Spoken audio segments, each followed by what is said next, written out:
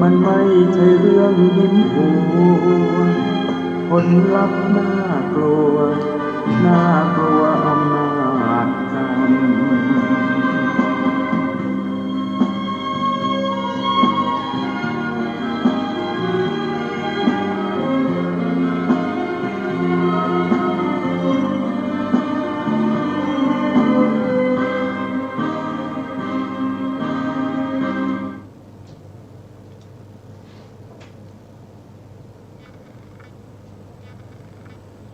พุทธังสรณังกัจฉามิธัมมังสรณังกัจฉามิสังฆังสรณังกัจฉามิกราบนมัสการพระมหาเถระพระสังฆาธิการพระเถรานุเถระสวัสดีท่านผู้ฟังและผู้ชมทุกท่านกลับมาพบกับรายการพระไตรปิฎกลอยฟ้าครั้งนี้เป็นครั้งที่85ในเรื่องของการสร้างบารมีของพระโพธิสัตว์เพื่อความเป็นพระพุทธเจ้าพระโพธิสัตว์ก็มีด้วยกัน3ประเภทนะครับมีด้วยกัน3ประเภทประเภทที่1ก็เรียกว่าเป็นปัญญาธิกะเป็นผู้ที่ยิ่งด้วยปัญญาสร้างบารมีน้อยที่สุด4 อสงไขยแสนมากกับประเภทที่2ก็เป็นพระโพธิสัตว์ประเภทสัทธาธิกะสร้างบารมีระดับกลางก็คือสร้างบารมีเป็นระยะเวลา8 อสงไขยแสนมากกับพระโพธิสัตว์ประเภทที่3ก็คือพระโพธิสัตว์ประเภทวิริยาธิกะสร้างบารมียาวนานที่สุดนั่นก็คือ16 อสงไขยแสนมากกับกว่าจะได้ตรัสรู้นะครับไม่ใช่จะได้เป็นพระพุทธเจ้าง่ายๆนะครับผู้ที่ตั้งความปรารถนาเป็นพระพุทธเจ้าเนี่ยมีมากมายนะครับมีมากมายอย่างเช่นตอนที่พระพุทธเจ้าทรงแสดงยมกะปาฏิหาริย์ที่แสดงฤทธิ์เป็นคู่นะครับก่อนที่จะขึ้นไปจำพรรษาที่ดาวดึงส์หรือเทวดาชั้นที่2ตาวติงสาตรงนั้นก็มีผู้ที่มาชมมาดูพระพุทธองค์แสดงฤทธิ์กันมากมายนะครับเมื่อเห็นพระพุทธองค์แสดงฤทธิ์ผู้ที่มาดูนั้นก็มีความศรัทธาอยากจะได้เป็นพระพุทธเจ้าก็ตั้งความปรารถนาในใจขอเป็นพระพุทธเจ้ากันมากมายนับไม่ถ้วนนะแต่ก็ตรงที่พระพุทธเจ้าจำพรรษาที่ดาวดึงส์แสดงพระอภิธรรมตลอดพรรษาการไม่มีหยุดนะไม่มีหยุดแสดงตลอด3 เดือนนะครับไม่มีการหยุดพักนะหลังจากนั้นก็ออกพรรษาแล้วพระพุทธองค์ก็เสด็จลงจากดาวดึงส์มาที่กัสสนครผู้ที่เข้าไปเฝ้ารอพระพุทธเจ้าเสด็จลงมาจากสวรรค์ชั้นที่2เมื่อเห็นพระพุทธเจ้าทรงเสด็จลงมามีพรหมมีเทวดานะครับติดตามมาส่งพระพุทธองค์กันมากมายบ้างก็ถือบาตรบ้างก็ถือฉัตรบ้างก็ถือสิ่งของต่างๆลงมาพร้อมกับพระพุทธเจ้าผู้ที่ไปรอรับเสด็จพระพุทธเจ้าณที่เมืองสังกัสสานครนั้นเมื่อเห็นอย่างนี้ก็มีความศรัทธาตั้งความปรารถนาเป็นพระพุทธเจ้ากันมากมายนะครับแต่ผู้ที่จะฝ่าฟันอุปสรรคผ่านการคัดเลือกนะครับพูดว่าคัดเลือกผ่านการสร้างบารมีนะครับกว่าจะได้เป็นพระพุทธเจ้าได้รับพุทธพยากรจากพระพุทธเจ้านะมีน้อยมากนะมีน้อยมากบางครั้งก็ไม่มีเลยนะบางครั้งก็ไม่มีเลยอันนี้ก็แสดงให้เห็นถึงว่าพระพุทธเจ้าเนี่ยเป็นได้โดยยากนะเป็นได้โดยยาก ไม่ใช่จะง่ายๆนะครับพระพุทธเจ้าก่อนจะได้เป็นพระเจ้าก็ต้องสร้างบารมีสิ่งที่สำคัญอย่างหนึ่งนะครับจริงๆแล้วสำคัญทุกอย่างนะที่บารมีที่พระองค์สร้างแต่เราจะยกเอาเรื่องของปัญญามาเป็นตัวตั้งนะครับเป็นตัวตั้งว่าพระองค์ทรงสร้างปัญญาบารมีสมัยที่เป็นพระโพธิสัตว์อย่างไรนะครับนั่นก็คือการเรายกเอาประเด็นที่พระโพธิสัตว์ของเราได้พบกับพระพุทธเจ้าในอดีตที่ผ่านมานะครับจำนวนถึงเท่าไหร่นะครับจำนวนถึง512,028 พระองค์นะครับพระพุทธเจ้าเหล่านั้นก็ได้เผยแผ่พระพุทธศาสนาโดยการแสดงพระธรรมไว้มากมายนะพระโพธิสัตว์เมื่อได้พบกับพระพุทธเจ้าก็ได้ศึกษาพระธรรมคำสั่งสอนของพระเจ้าเหล่านั้นนะครับเอาไว้เพื่อจะตรัสรู้เป็นพระพุทธเจ้าในโอกาสต่อไปเราก็มาดูว่าแต่ละอย่างที่ศึกษาสะสมอบรมบ่มบารมีของพระโพธิสัตว์กว่าจะได้เป็นพระพุทธเจ้านะมันยากเย็นแค่ไหนนะครับเอาเฉพาะในส่วนที่เป็นการศึกษาพระธรรมคำสั่งสอนของพระพุทธเจ้าในอดีตนะครับเราก็ยังพูดถึงในเรื่องของ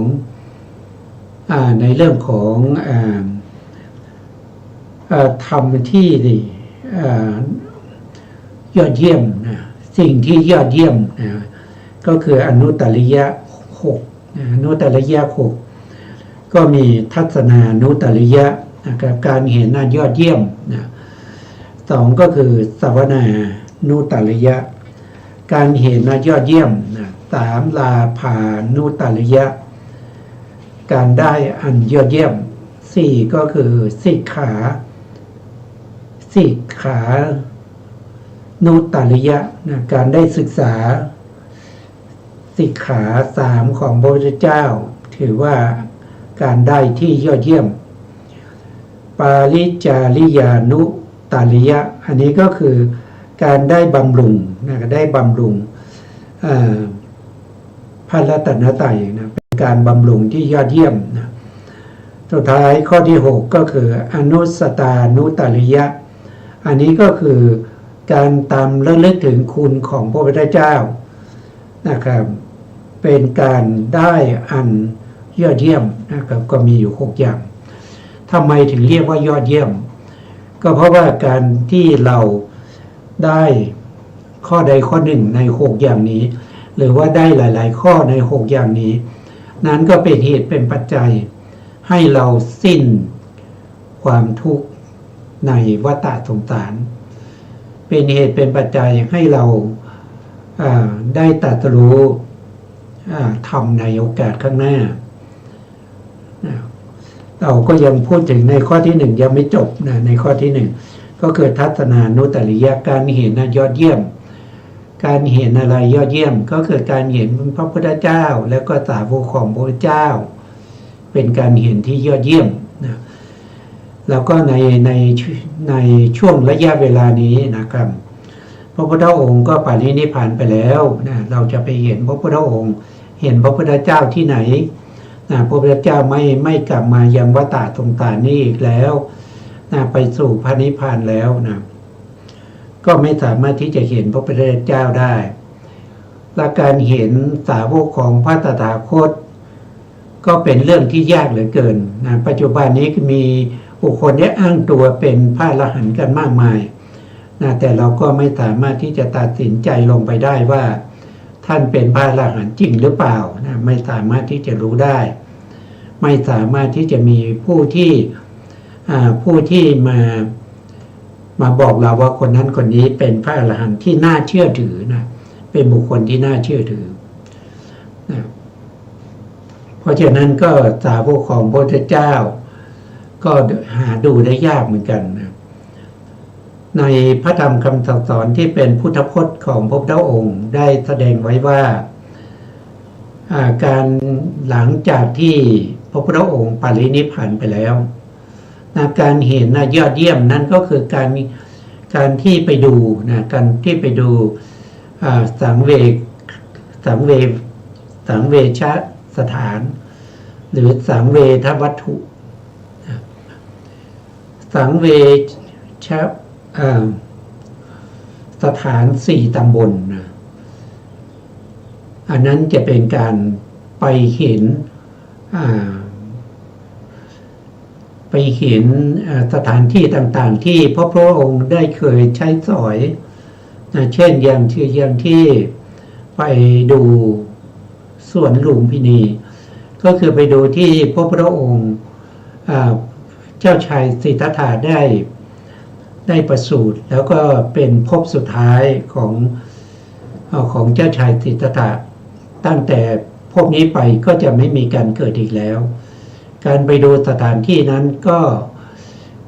ถือว่าได้เห็นสิ่งที่เห็นได้ยากแล้วก็ได้เห็นสิ่งที่เป็นสิ่งที่ยอดเยี่ยมเขาเรียกว่าเป็นทัศนานุตริยะอันที่2ก็คือให้ไปดูในสถานที่พระพุทธองค์ทรงตรัสรู้นั่นก็คือพุทธกยานะครับก็คือใต้ต้นสีมหาโพธิ์ที่พระพุทธองค์ประทับนั่งนะครับแล้วก็ได้ตรัสรู้เป็นพระพุทธเจ้าอันที่3ก็คือให้ไปดูให้ไปดูเขาเรียกว่าเป็นสารนาถหรือเป็นป่าอิสิปตนะมฤคทายวันนะครับที่พระพุทธองค์ทรงแสดงปฐมเทศนาก็คือแสดงธรรมจักรกับปวัตนสูตรโปรดแก่พระปัญจวัคคีย์ทั้ง5แล้วก็เทวดาที่มาจากหมื่นโลกธาตุตรงนั้นก็เป็นการที่ไปดูสิ่งที่ยอดเยี่ยมแล้วก็4ก็คือให้ไปดูสถานที่พระพุทธองค์ปรินิพพานนั่นก็คือเมืองกุสินารานะครับสถูปที่พระพุทธองค์ที่ประชุมเพลิงหรือที่พระพุทธองค์ได้ปรินิพพานณตรงนั้นการที่เราไปดูเราก็ไปดูถ้าคนที่ไปดูแล้วไม่มีความรู้ความเข้าใจถามว่าเขาจะได้บุญไหมก็ตอบว่าได้บุญนะครับได้บุญตามที่พระพุทธองค์ได้ตรัสไว้นะก็เป็นอุปนิสัยเป็นวาสนาเป็นวาสนาเป็นอุปนิสัยที่จะได้ตรัสรู้ธรรมในโอกาสข้างหน้าต่อไปแต่ถ้าไปถึงสถานที่แห่งใดแห่งหนึ่งใน4 ตำบลนี้นะแล้วเรามีความรู้ความเข้าใจนะครับเราระลึกถึงคุณของพระอรหันต์นะครับของพระอรหันตสัมมาสัมพุทธเจ้านะครับระลึกถึงคุณโดยย่อๆ3 ประการนะครับมีอยู่2 ในด้วยกันนะ1ก็คือระลึกถึงพระมหากรุณาธิคุณที่พระพุทธองค์มีต่อสรรพสัตว์ทั้งหลายนะครับอันที่2ก็คือระลึกถึงความบริสุทธิ์ของพระองค์นะครับที่บริสุทธิ์จากอนุสัยกิเลสทั้งหลายนะอันที่3ก็คือระลึกถึงคุณของพระเจ้าที่ทรงมีพระปัญญาอันสวรรค์ไสวเป็นปัญญาที่สามารถที่จะสั่งสอนสัตว์ทั้งหลายให้ตรัสรู้ธรรมได้ตรัสรู้ธรรมตามพระพุทธองค์ได้อันนี้ก็เป็นในหนึ่งที่เรารู้กันโดยทั่วไปนะโดยส่วนมากเราก็จะรู้อย่างนี้นะครับส่วนในที่2นั้นก็คือโดยย่อเหมือนกันนะก็มี3 ข้อ1ก็คือได้แก่พระบุพจริยคุณนะครับก็คือการสร้างบารมีเพื่อประโยชน์แก่เวนยสัตว์นะครับบารมีที่สร้างทั้งหมดนั้นก่อนตรัสรู้นั้นเรียกว่าบุพจริยคุณนะครับสร้างประโยชน์ให้แก่เวนยสัตว์ทั้งหลายได้จริงๆนะครับได้ตรัสรู้ตามพระพุทธองค์ไปแล้วจริงๆนะอันที่2ก็คือ พระสรีระคุณพระสรีระคุณก็คือพระองค์ทรงมีพระมหาปุริลักษณะ32ประการมีอนุพยัญชนะ80นะอันที่3ก็คือคุณคุณนะคุณคุณก็คือมีคุณอะไรนะมีคุณมีพุทธคุณอย่างนี้พุทธญาณ14นะครับทศพลญาณ10นะครับแล้วก็มีโพธิปัจขิยธรรม37ประการธรรมที่เป็นฝักใฝ่แห่งการตรัสรู้มีอริยสัจสี่ที่สั่งสอนเวไนยสัตว์ทั้งหลายแล้วก็ได้ตรัสรู้ตามอันนี้ก็เป็นคุณนะครับนี่แล้วก็มีคุณที่มากกว่านะครับมากกว่าย่อๆ3ข้อนะครับก็คือพุทธคุณ9นั่นเองนะก็มี1ก็คืออรหังนะอรหังก็คือเป็นผู้ไกลจากกิเลส2ก็คือสัมมาสัมพุทโธนะครับสัมมาสัมพุทธัสสะก็คือพระองค์ตรัสรู้ได้โดยชอบด้วยพระองค์เอง3ก็คือวิชาจรณะนะอันนี้ก็มีทั้งวิชาและจรณะ4ก็คือโลกวิถูนะครับเป็นผู้รู้แจ้งโลกนะครับอันต่อมาก็คืออนุ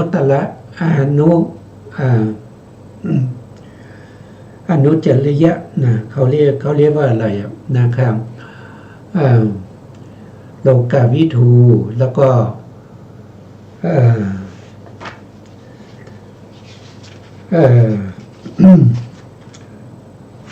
ก็คือ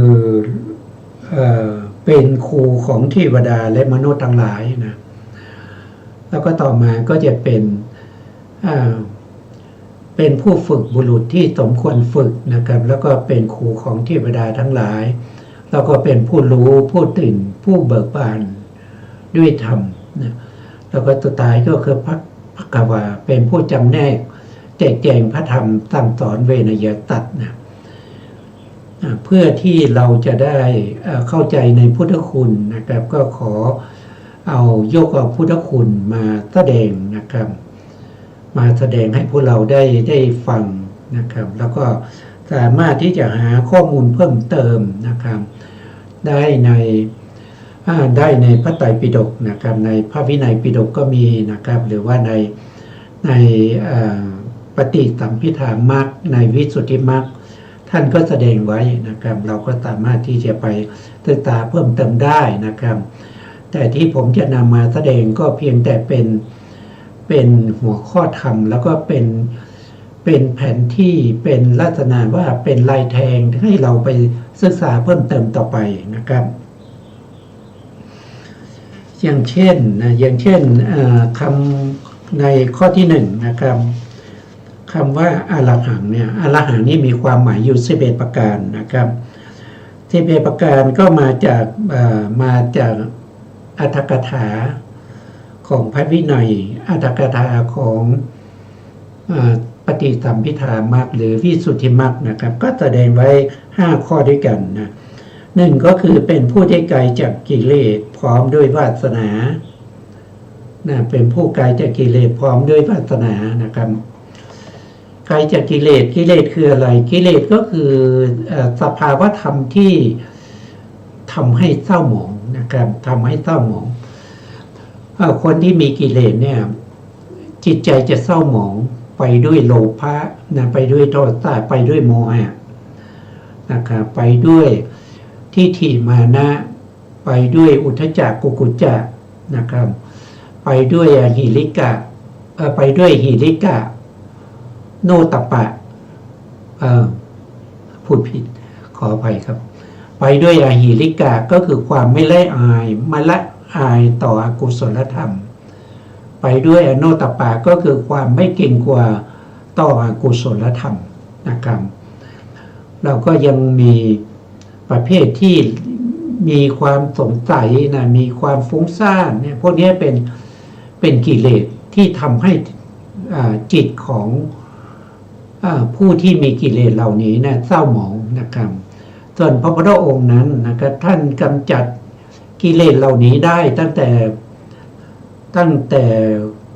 คืนวันเพ็ญเดือน6วิสาขบูชานะครับเมื่อ 2,600 กว่าปีที่ใต้ต้นสีมาโพธิ์เรียบร้อยแล้วเพราะฉะนั้น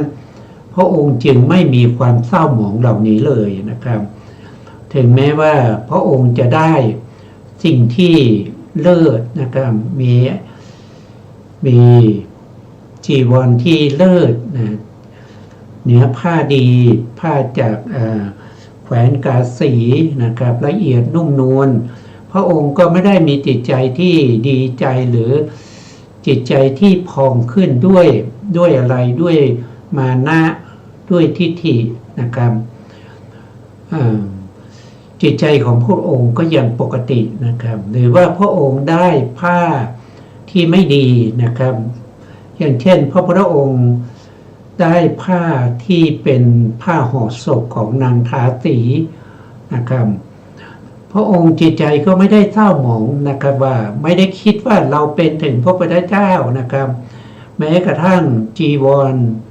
นะครับผ้าจีวรผ้าสังฆติผ้าสบงยังต้องมาเอาผ้าห่อศพของนางทาสีไปซักไปย้อมแล้วก็ตัดเป็นจีวรนะครับเย็บเป็นสังฆติไม่ได้มีความรู้สึกว่าน้อยเนื้อต่ำใจเศร้าหมองในจิตไม่มีนะครับถึงจะได้อาหารบิณฑบาตที่เป็นเลิศนะครับมีกลิ่นหอมเทวดาลงมาปรุงนะครับลดถวายแด่พระพุทธองค์พระพุทธองค์ก็ไม่ได้ดีใจนะครับไม่ได้ดีใจว่าได้อาหารที่เป็นเลิศนะครับเพราะพระพุทธองค์เป็นผู้ไกลจากกิเลสเป็นผู้ไกลจากกิเลสแม้กระทั่งนะครับแม้กระทั่งพุทธบุตรนะครับพระราหุลนะครับพระราหุลนะครับเป็นบุตรของพระพุทธองค์นะครับพระพุทธองค์เห็นพระราหุลก็มีความปรารถนาดีรักใคร่เท่ากับพระพุทธองค์เห็นพระเทวทัตนะครับผู้ที่คิดปองร้ายนะครับผู้ที่คิดทำลายพระพุทธเจ้าพระพุทธองค์ก็เห็นแล้วก็เสมอกันไม่ได้ดีใจนะครับไม่ได้ดีใจเกินกว่านะครับมีความรักปรารถนาต่อพระราหุลยังไงก็มีความรักและก็ปรารถนาดีต่อพระเทวทัตอย่างนั้นจิตใจของพระพุทธองค์นั้นมั่นคงเพราะพระพุทธองค์ไกลจากกิเลสไกลจากกิเลสพร้อมด้วยวาสนาคำว่าวาสนาเนี่ยมันก็มีความหมายหลายอย่างนะครับอย่างเช่นปัจจุบันนี้เราก็พูดว่าคนนั้นเขามีวาสนาเขาได้โชคได้ลาภนะครับ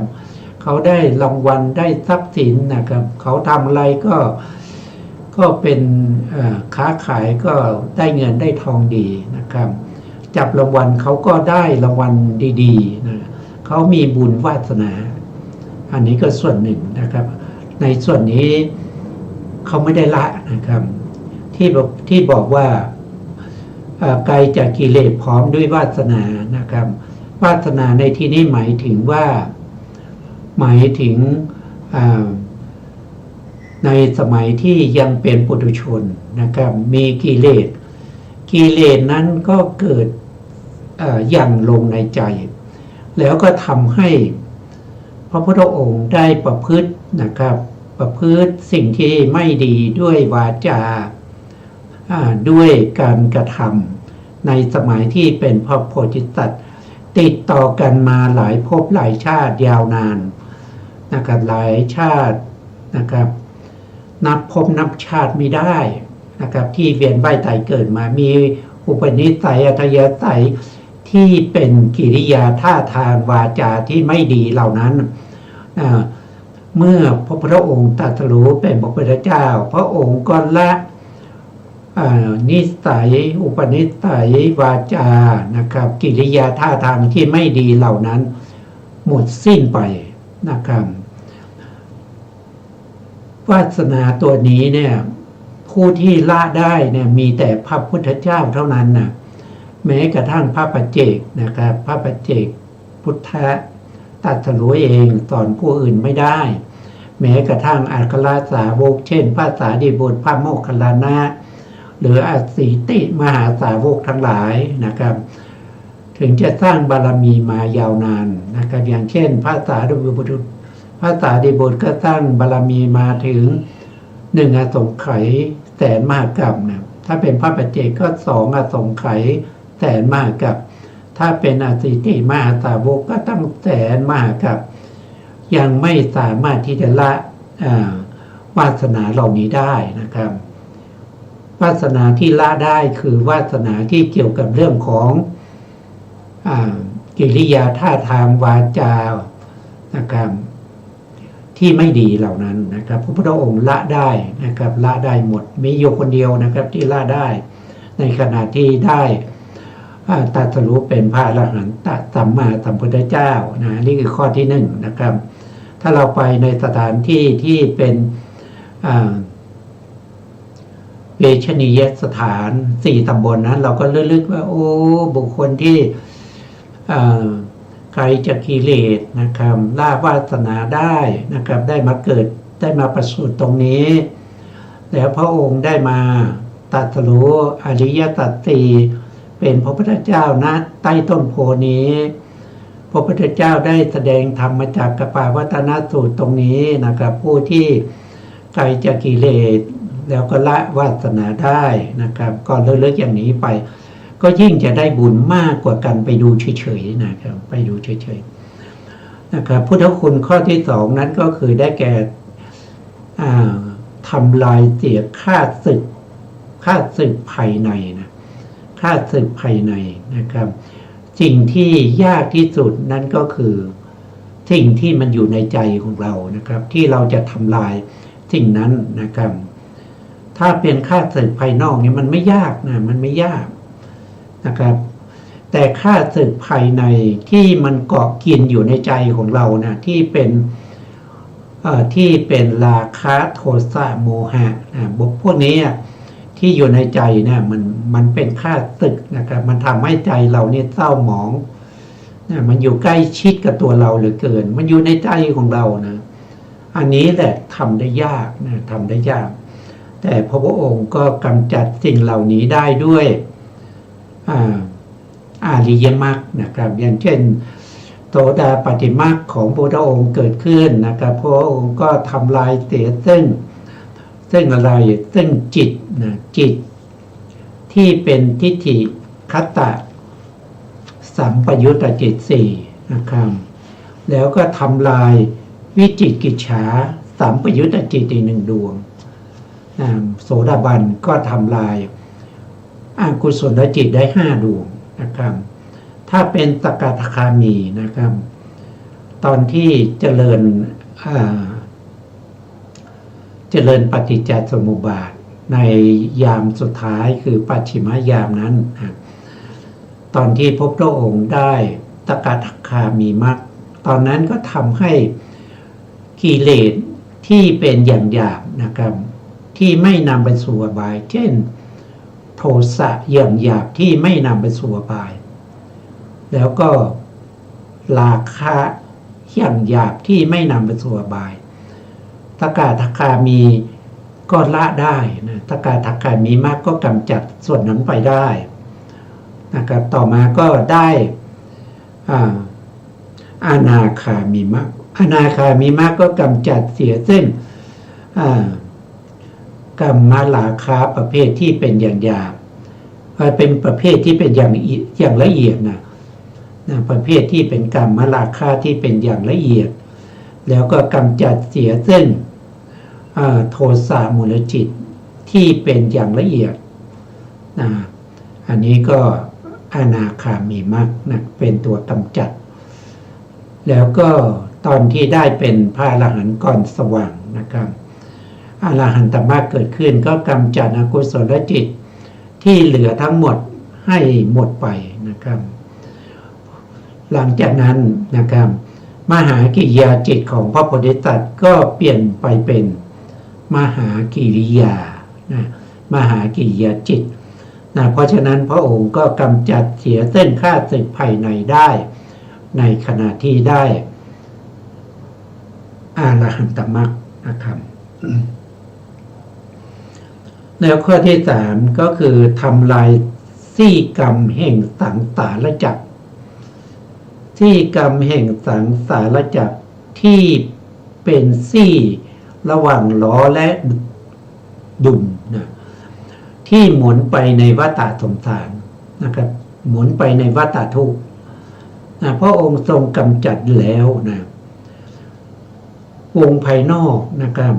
ที่เรียกว่าเป็นจักรก็คือได้แก่วงภายนอกหรือล้อภายนอกอันนั้นคือ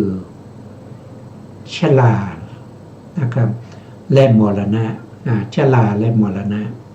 พระองค์กำจัดแล้วนะครับกำจัดชราและมรณะอีกแล้ว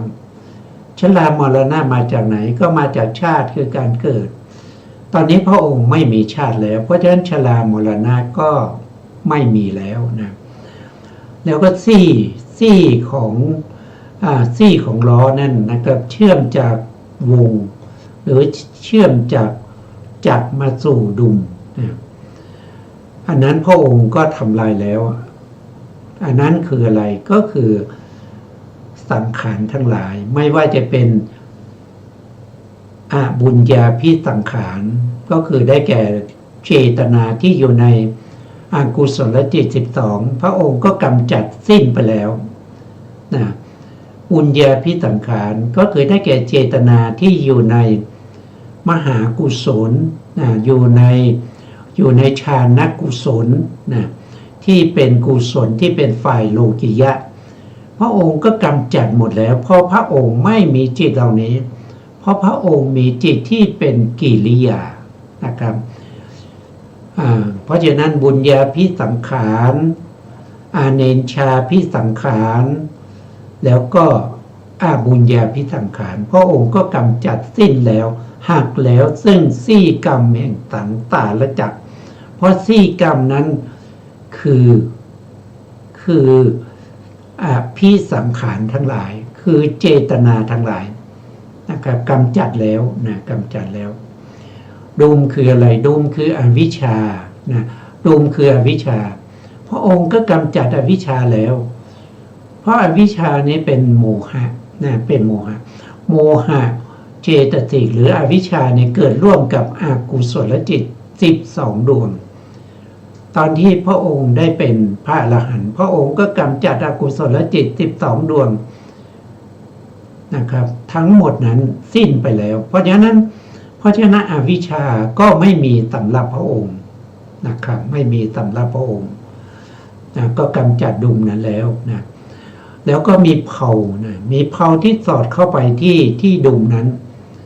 ก็คือได้แก่อะไรก็คือได้แก่สมุทัยอาสวะสมุทัยอาสวะสมุทัยก็คือเป็นเหตุก็คืออาสวะที่เป็นเหตุให้เกิดการเวียนว่ายตายเกิดนั่นคือได้แก่อะไรก็คือได้แก่กามาสวะภาวาสวะทิฏฐาสวะแล้วก็อวิชชาสวะกามาสวะพระองค์กำจัดได้ตอนไหนก็กำจัดได้ตอนที่เป็นอนาคามีมรรคนะตอนที่พระองค์ได้จิตที่เป็นอนาคามีมรรคก็กำจัดกามาสวะหมดสิ้นนะครับเหลือแต่ภวาสวะทีนี้ภวาสวะก็กำจัดด้วยอรหันตมรรคนะครับเพราะฉะนั้นอาสวะ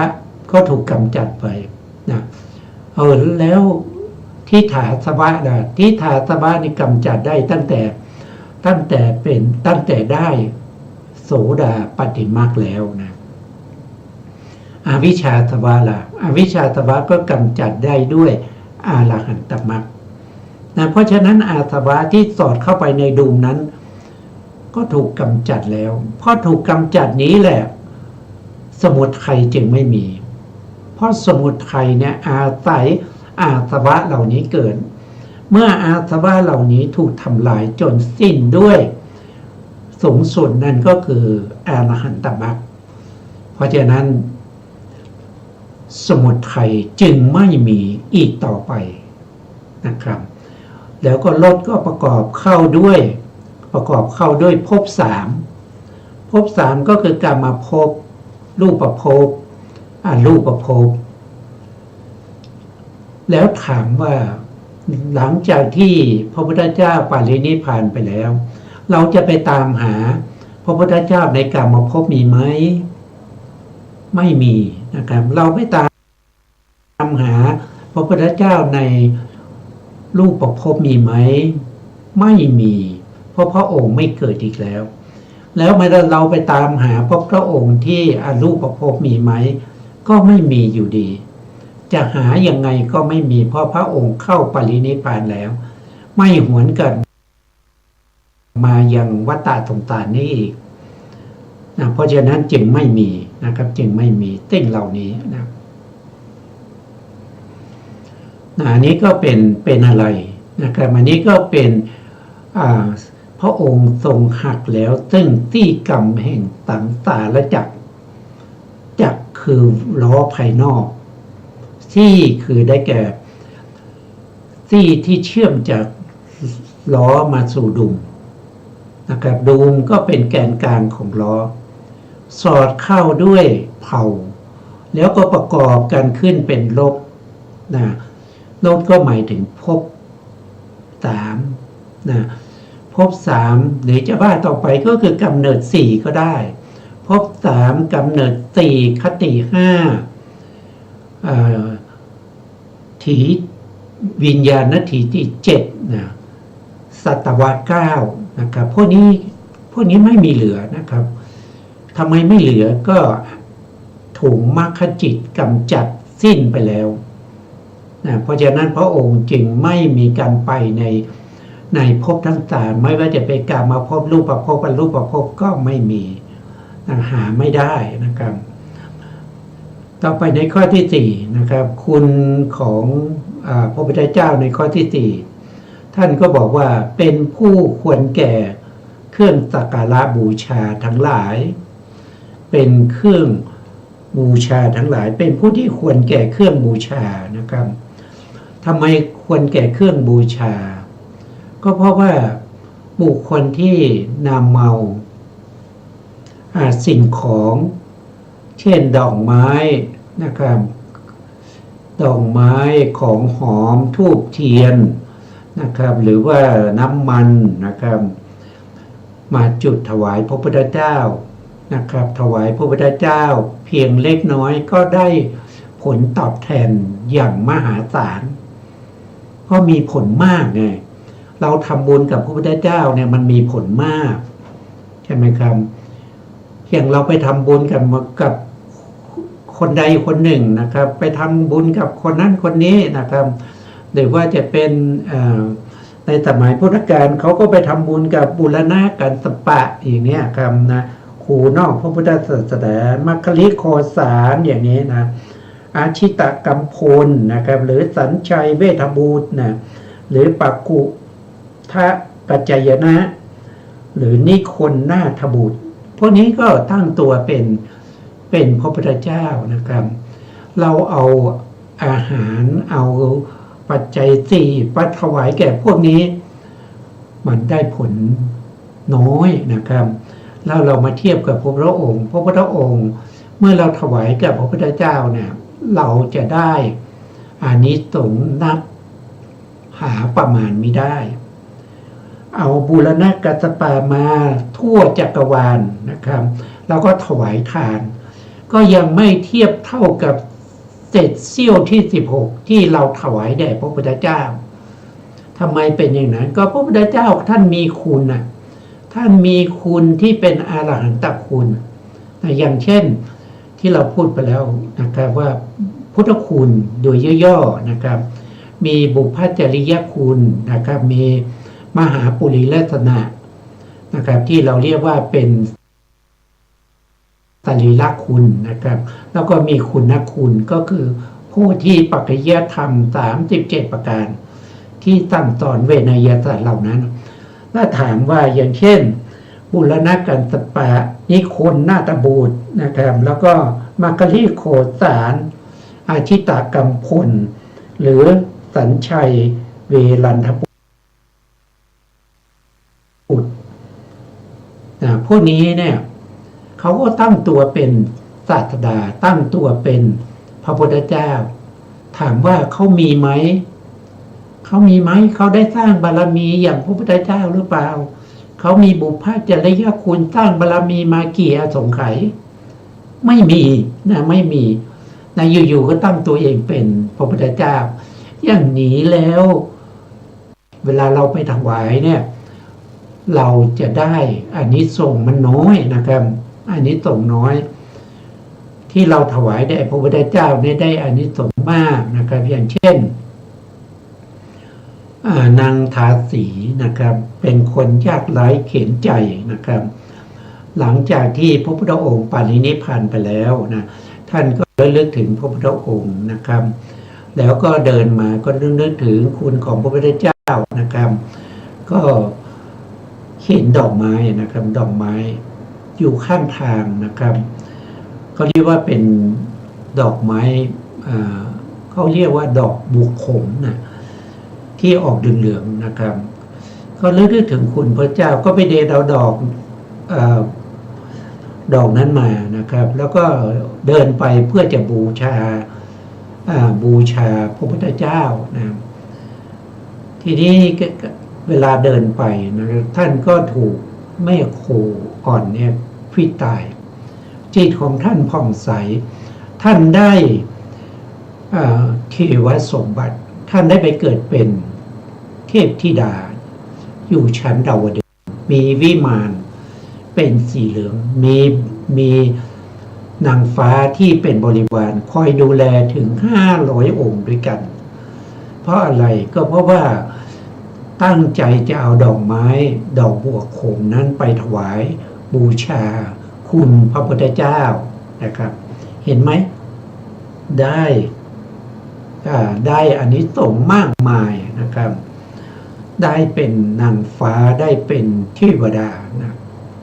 เพราะฉะนั้นพระพุทธเจ้าจึงเป็นผู้ที่ควรแก่เครื่องบูชาทั้งหลาย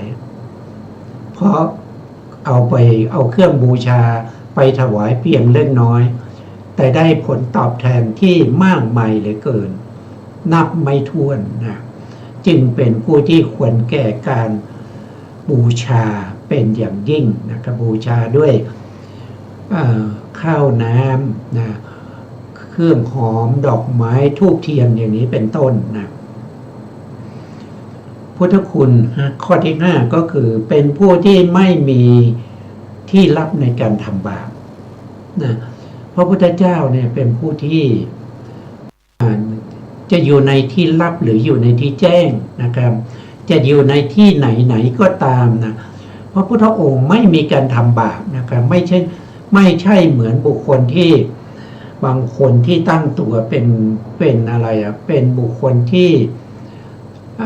เป็นศาสดานะครับเป็นศาสดาของลัทธิต่างๆนะครับบางครั้งยังต้องไปแอบทำความชั่วในที่ลับตานะครับเพราะว่าไม่กล้าทำต่อหน้าประชาชนทั้งหลายสาวกของตัวเองทั้งหลายเพราะเมื่อทำแล้วจะเสื่อมศรัทธานะครับจะไม่ได้รับ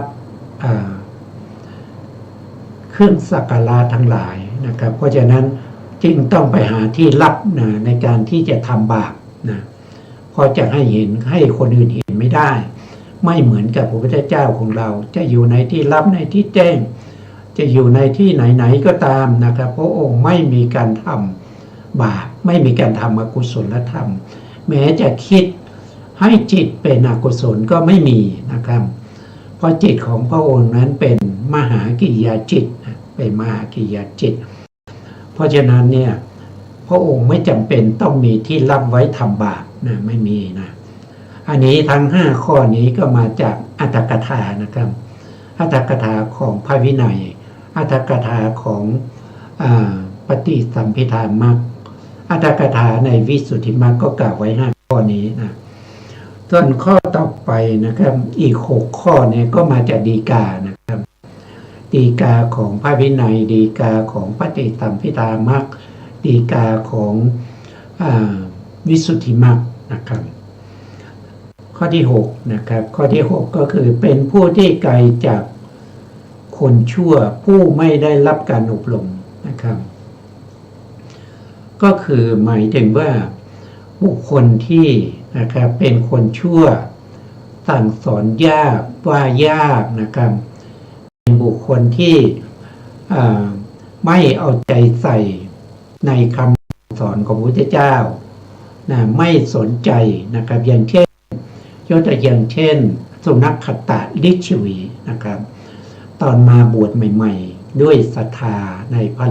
พุทธเจ้านะครับอยู่ไปนะครับจนได้เป็น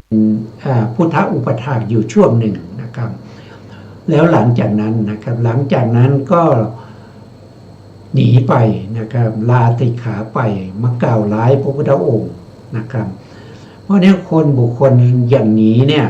พระพุทธองค์ไม่ได้ใส่ใจนะครับไม่ได้ใส่ใจไม่ได้สนใจไม่ใช่ว่าจะรังเกียจหรือว่าไม่ใช่ว่าไม่อยากจะสอนเขานะครับแต่พระองค์พิจารณาแล้วบุคคลเหล่านี้นะครับถ้ายิ่งไปสั่งสอนเนี่ยเขาจะเป็นบาปมากขึ้นนะเขาจะทำบาปมากขึ้นเพราะเขาไม่พอใจในพุทธคุณอยู่แล้วนะครับเพราะนี้คนเหล่านี้พระองค์ก็จะไม่คิดถึงไม่ใส่ใจไม่แนะนำไม่สอนนะตามว่าบุคคลที่สอนยากว่ายากเป็นบุคคลที่ไม่ค่อยเอาใจใส่ในคำสั่งสอนของพระเจ้านะครับเราก็ต้องดูตัวเรานะครับเราเป็นคนที่อยู่ไกลจากพระพุทธเจ้าหรือเปล่านะนั่นก็ดูได้จากการที่เราได้ศึกษาพระธรรมคำสั่งสอนของพระเจ้าไหมนะครับถ้าเราได้ศึกษาคำสั่งสอนของพระเจ้ามีความรู้ความเข้าใจนะครับสามารถที่จะนำไปประพฤติปฏิบัติได้อย่างนี้ก็แสดงว่าเราอยู่ใกล้กับพระพุทธเจ้านะครับเราไม่ได้อยู่ไกลจากพระพุทธเจ้าเลยนะครับข้อที่7นะครับข้อที่7ตรงเป็นผู้ที่อยู่ใกล้กับผู้ที่ได้รับการอบรมอาทิศีลอาทิจิตอาทิปัญญาก็คืออยู่ใกล้กับใครอยู่ใกล้กับพระอริยบุคคลทั้งหลายที่เขาติดตามพระพุทธเจ้าไปทุกหนทุกแห่งอย่างเช่นพระสารีบุตรพระโมคคัลลานะพระมหากัสสปะพระอานนท์พระอุบาลีนะครับพระพัทธยะพระมหานามะพระอาสาชิพระยัสสะอย่างนี้เป็นต้นนะพระอนุรุทธะพระอานันทะทั้งหลายนะครับพวกนี้เป็นผู้ที่ได้รับการอบรมอาทิศีลอาทิจิตอาทิปัญญาแล้วเป็นพระอริยะแล้วนะคนเหล่านี้เป็นคนที่อยู่ใกล้พระพุทธองค์นะครับอันนี้ก็เป็นผู้ที่อยู่นะครับทรงอยู่ใกล้คนเหล่านี้เพราะอย่างที่พระพุทธองค์ได้ตรัสไว้ว่าอาเสวนาจะพาลานังการไม่คบคนพาลนะครับคนพาลคือคนอะไรก็คือคนชั่วทั้งหลายคนที่อบรมยากว่ายากสอนยากนะครับแล้วพระองค์ก็ตรัสต่อไปว่าบัณฑิตตานันจะเทวนาก็คือคบแต่บัณฑิตก็คือบัณฑิตคือใครก็คือพระอริยบุคคลทั้งหลายเหล่านั้นนะครับที่อยู่ใกล้ๆพระองค์นะข้อที่8ก็ทรงละธรรมทั้งหลายนะครับข้อที่8เนี่ยนะครับก็คือพระองค์ทรงละแล้วเส้นอะไรเส้นอกุศล9กองไม่ว่าจะเป็นอาสวะ4โยคะ4คันธะ4โอคะคันธะ4แล้วก็อะไร1อาสวะอาสวะ4โอคะ4คันธะ4แล้วก็ยังมีอะไรมีอยู่9กองด้วยกันนะครับมีอยู่9กองด้วยกันมีนิวรณ์5อนุสัย7แล้วก็มีสังโยชน์สังโยชน์10แล้วก็มีกิเลส10ธรรมเหล่านี้เป็นธรรมที่เป็นบาปเป็นอกุศลพ นอกจากนั้นนะครับพระองค์ยังละอะไรละอกุศลธรรมนะครับทั้งหลายได้ด้วยพระองค์เองเพราะฉะนั้นบาปธรรมทั้งหลายเนี่ยพระองค์ละได้หมดแล้วนะ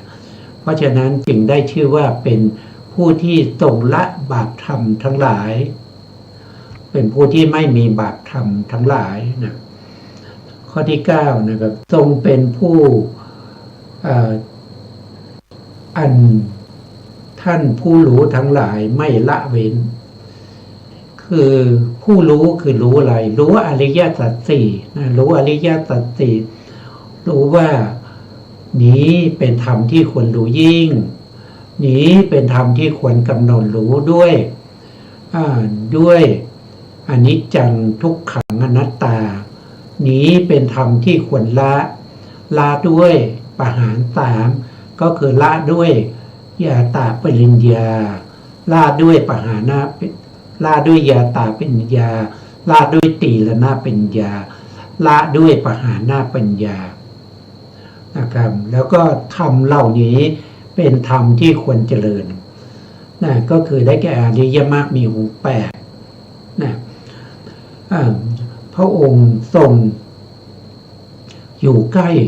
คนที่มีความรู้ความเข้าใจในเรื่องเหล่านี้นะครับอันสุดท้ายก็คือพระองค์อยู่ใกล้คนที่รู้ว่านี้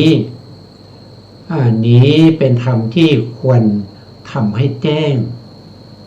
นะพระองค์ทรงรู้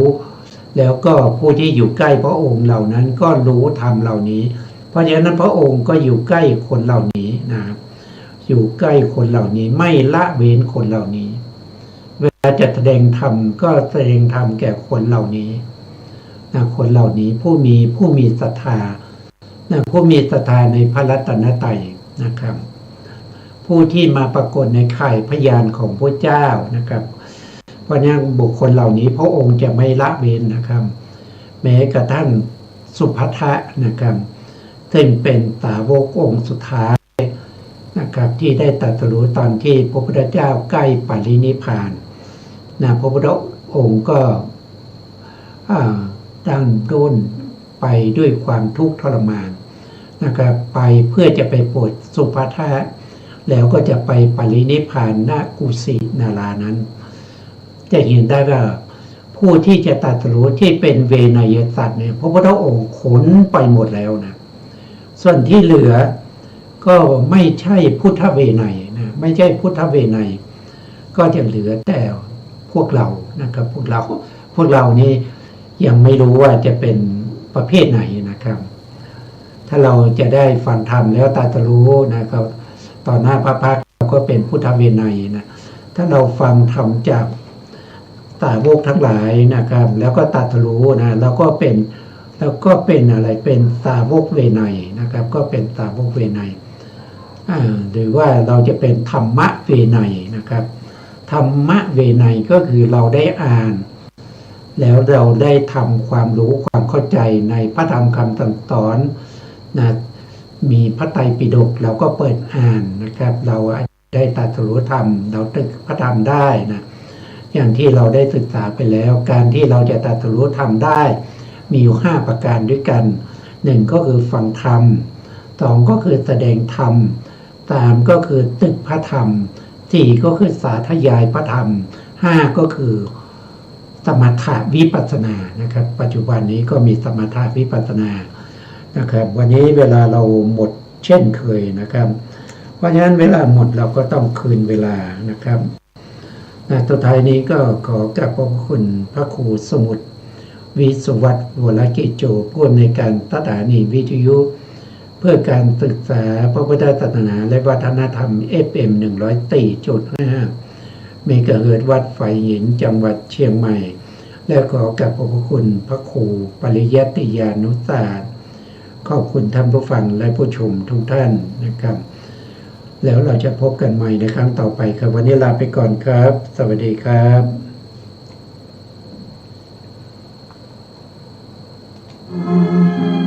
คิดจะกระท